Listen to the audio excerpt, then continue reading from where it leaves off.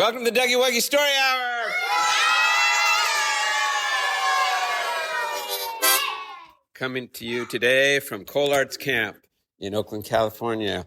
We are almost at the end of week 2, and we still have 7 more weeks. If you're interested in coming to the camp, you can check us out at www.coleartscamp.com. And now, on to today's story.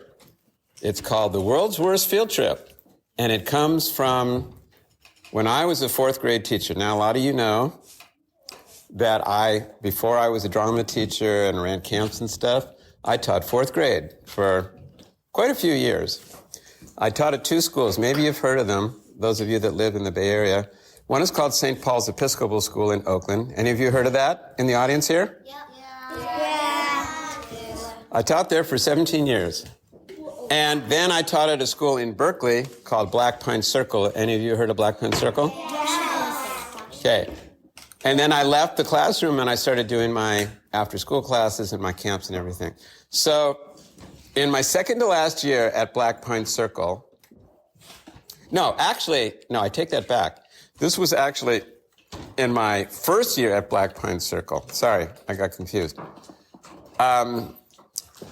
I had a tradition with my 4th grade class, and I took them on an overnight every year. And a part of what we studied in science was we did a whole unit on the oceans and ocean life.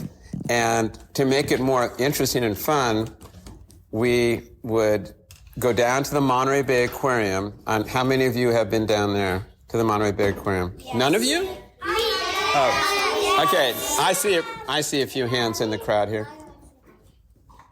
And then we would do a whole 3 hours there, and then we would drive up to Santa Cruz, and we camped at this beach, and we would spend the night at the beach, near the beach, and then the next day we would go tide pooling.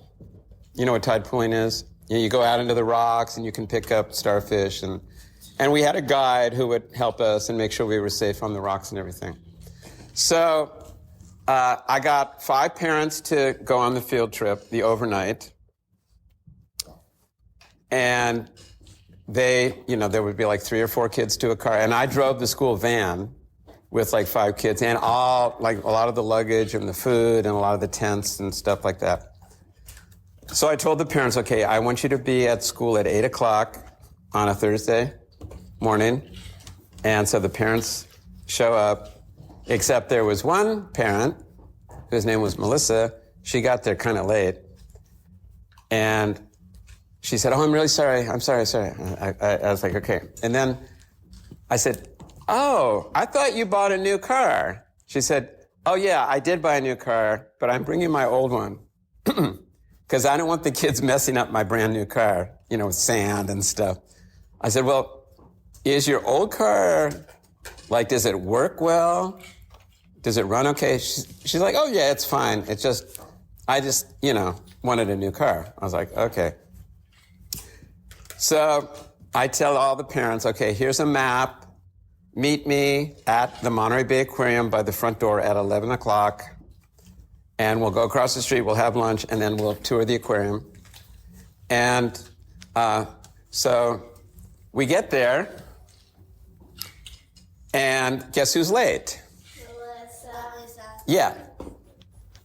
The lady with the funky car. I'm going to call her Funky Car Mom. Funky Car Mom calls me at 11:45. She's like, Doug?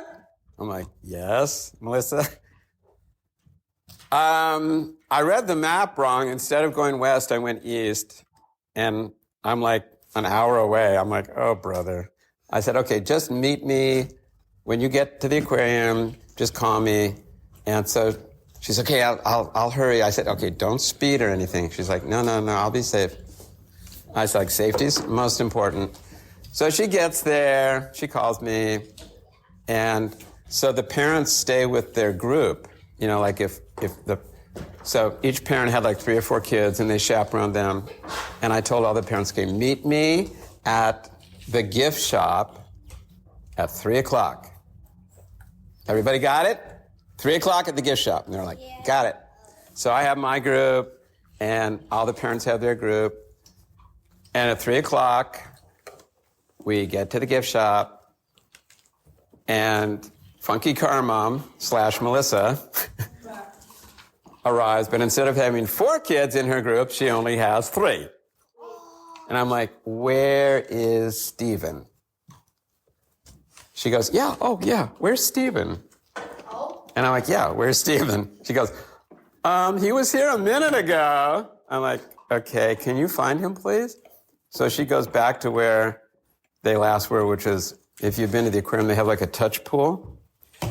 You know the touch pool at the Monterey Bay Aquarium? You can pick up different...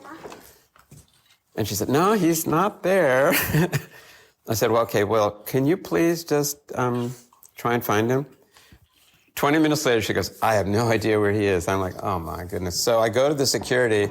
I said, can you please announce that for Stephen Cohen to please come to meet us at the gift shop? So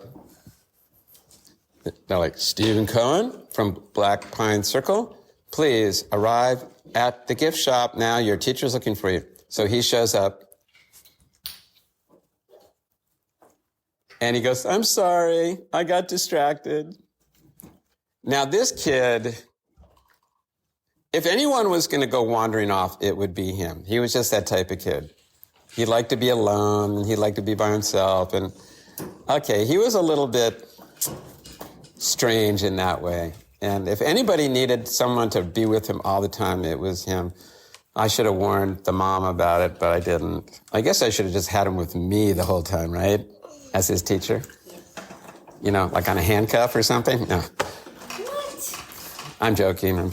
And so I told the kids, you can spend $20 at the gift shop. And I said, okay, now we're going to meet at the campsite.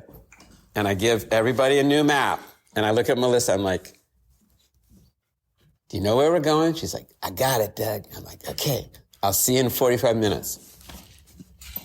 We get to the campsite, everybody shows up, except Melissa / Funky Car Mom. I'm like, oh boy, here we go again. Now what? I'm waiting for the phone to ring. She calls me. Doug? I'm like, hi, Melissa. I had a little problem with my car.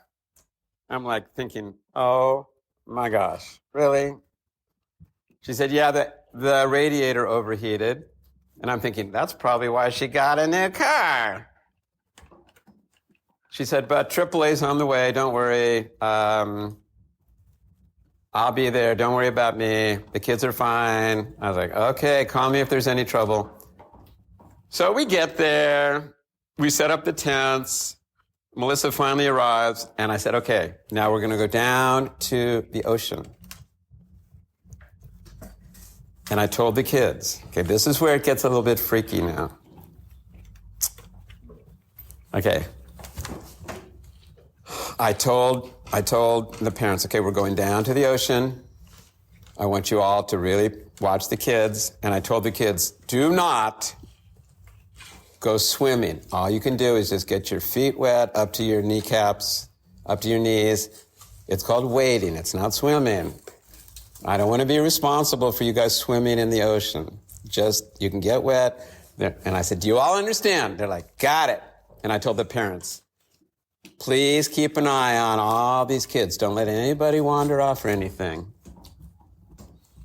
That's the boy.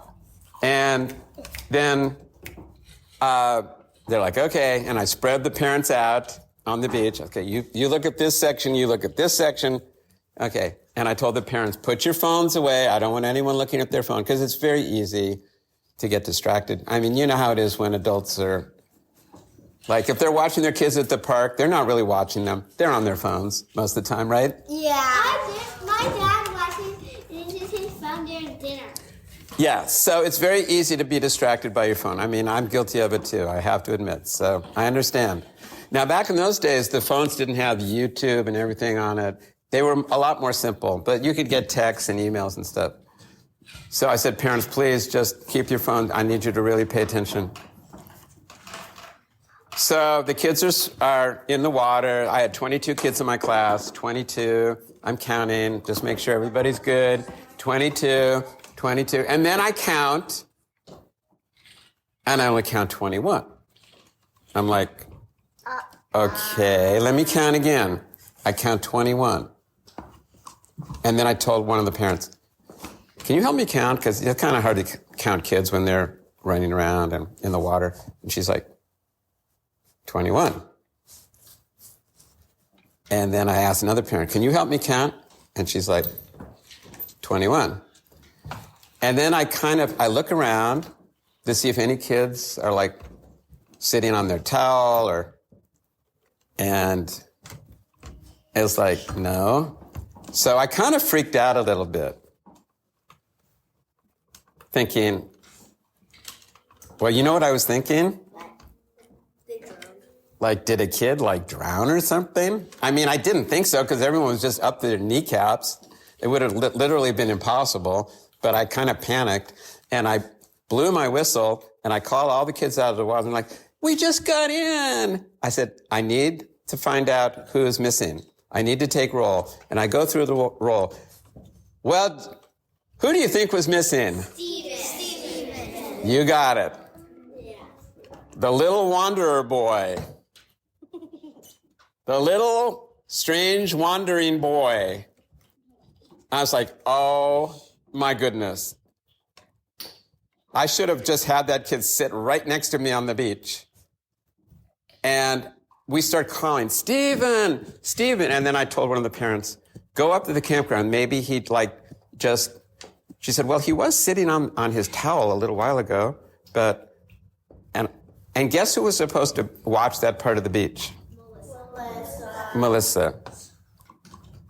AKA Funky Caramon. And it turned out she got distracted. She wasn't on her phone, but she was reading a book. And Stephen was sitting next to her, and instead of him going back in the water, he just basically disappeared. And we're calling, Stephen, Stephen, Stephen. And then way down the beach, about maybe 4 football fields down the beach,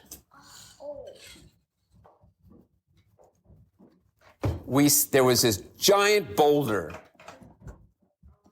And we see Stephen coming out from behind the boulder with a book. He was reading Harry Potter. He had just gotten into Harry Potter. I think Harry Potter had just come out or something. And the parents like, I think that's Stephen. And I run down there. Sure enough, it was Stephen. I'm like, dude, what the heck? I said, why did you wander off? He said, okay, this is classic Stephen. I needed some alone time. And I'm like, oh my God.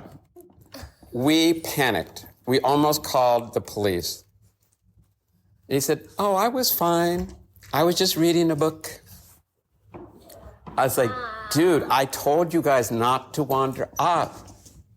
And he started crying. He said, I'm sorry. I just needed some alone time. And I was like, my heart was racing. I was like, okay, well, at least he's safe, you know. And then you know what Melissa said to me? She said, I'm really sorry. This is on me. And I'm thinking, yeah, this is on you. Because I was looking in that direction. That was my section.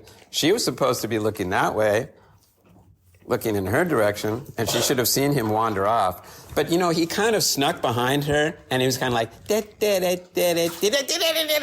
you know, he ran off. So I said, you need some alone time? I'm going to give you some alone time in your tent by yourself for a while. He's like, sorry.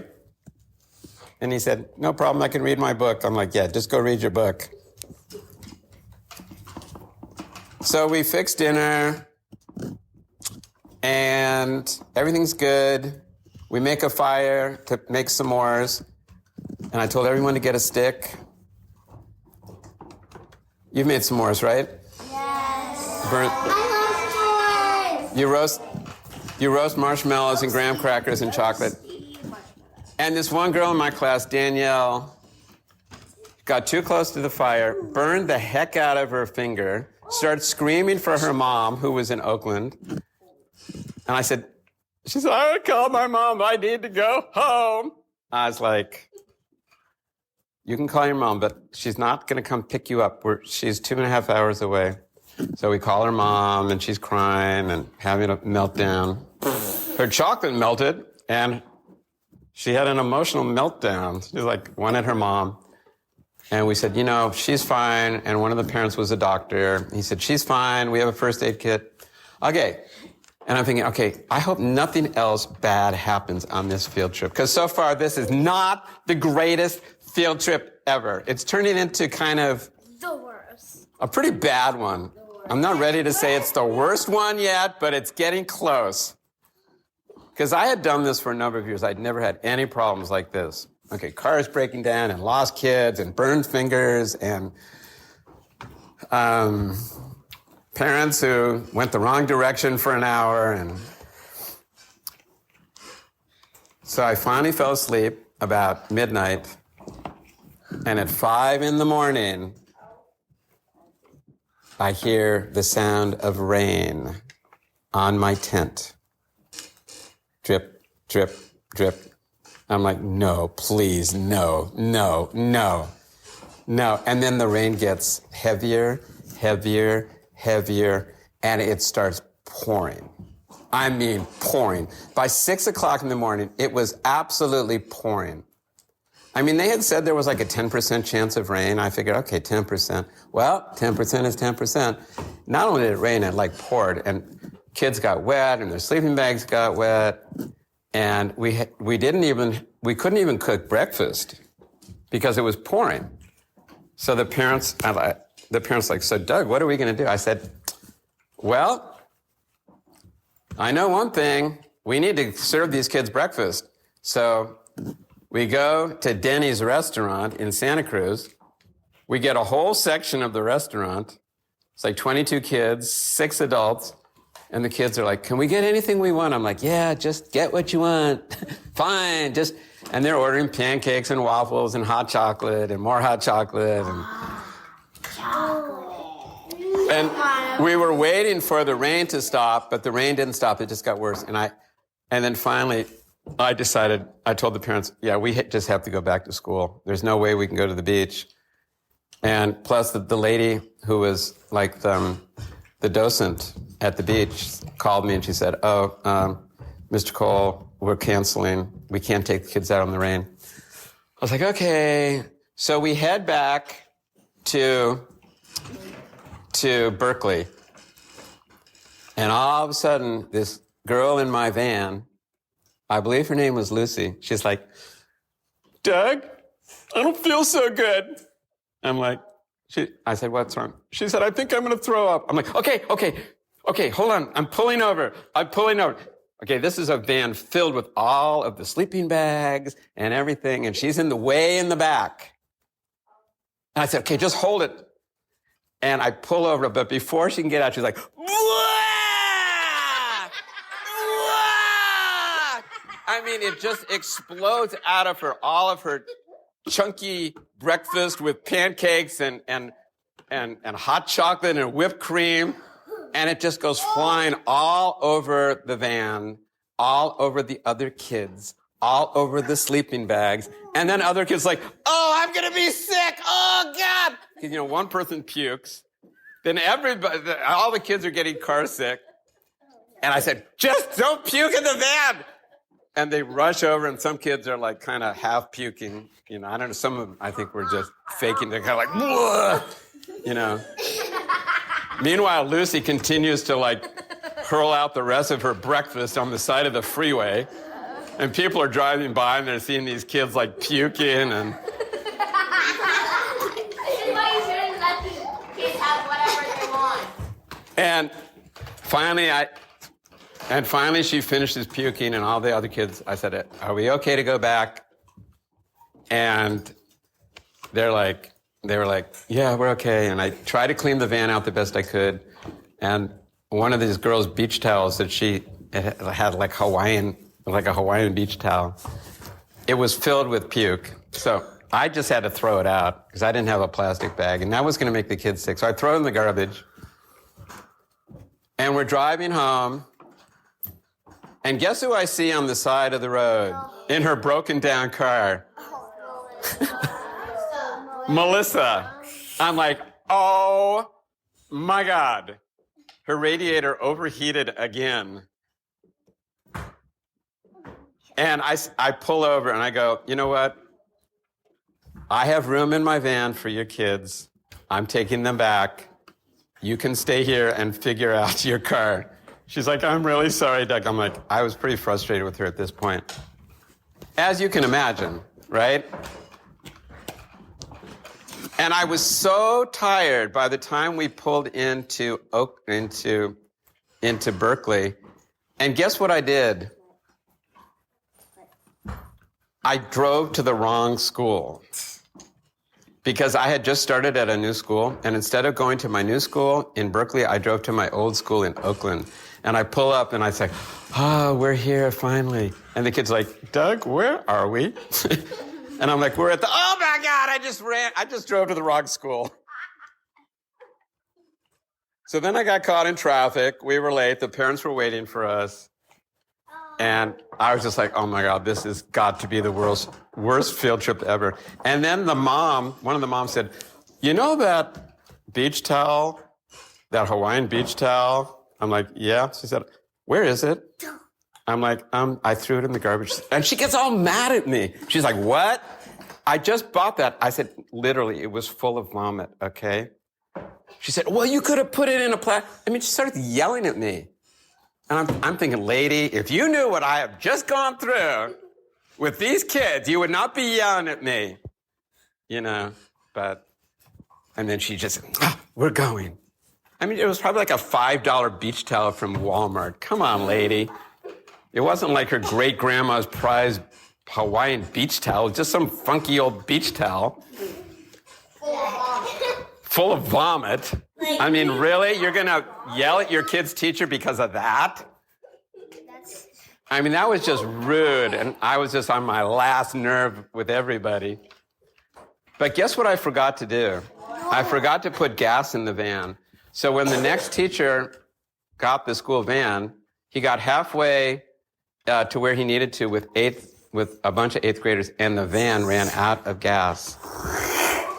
And when he came back, he started yelling at me. He said, why didn't you put gas in the van? I said, dude, I was so tired, I forgot. I'm really sorry. And he said, I ran out of gas with 9 kids around Lake Merritt. I said, I'm really sorry. And you know what he did? He went and told on me to the principal. And then the principal comes up to me and he's like, Doug, that was really not thoughtful of you to leave the van empty. You caused quite a problem. I was like, Rick, I'm really sorry. If you knew what I had just gone through on this field trip, you would not be yelling at me. And after that, I said, you know what? I'm not doing this field trip anymore. And that was the story of the world's worst field trip.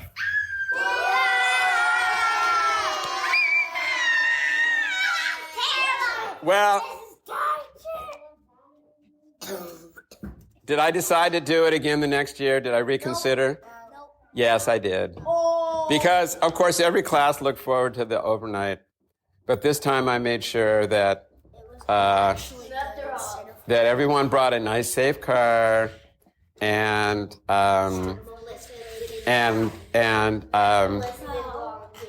then I got really strict with the parents when we went down to the beach. I said, absolutely, keep your eyes on the kids.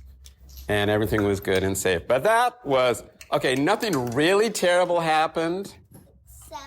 What if Stephen had wandered off in the middle of the night? Things could be worse. He could have been attacked by a bear or a coyote attack. There could have been a lightning strike on the tent. So things weren't really that terrible, but I wanted everything to go perfect, and it did not go perfect. And anyway, over and out. See you later. Bye. Say bye, everybody. Bye.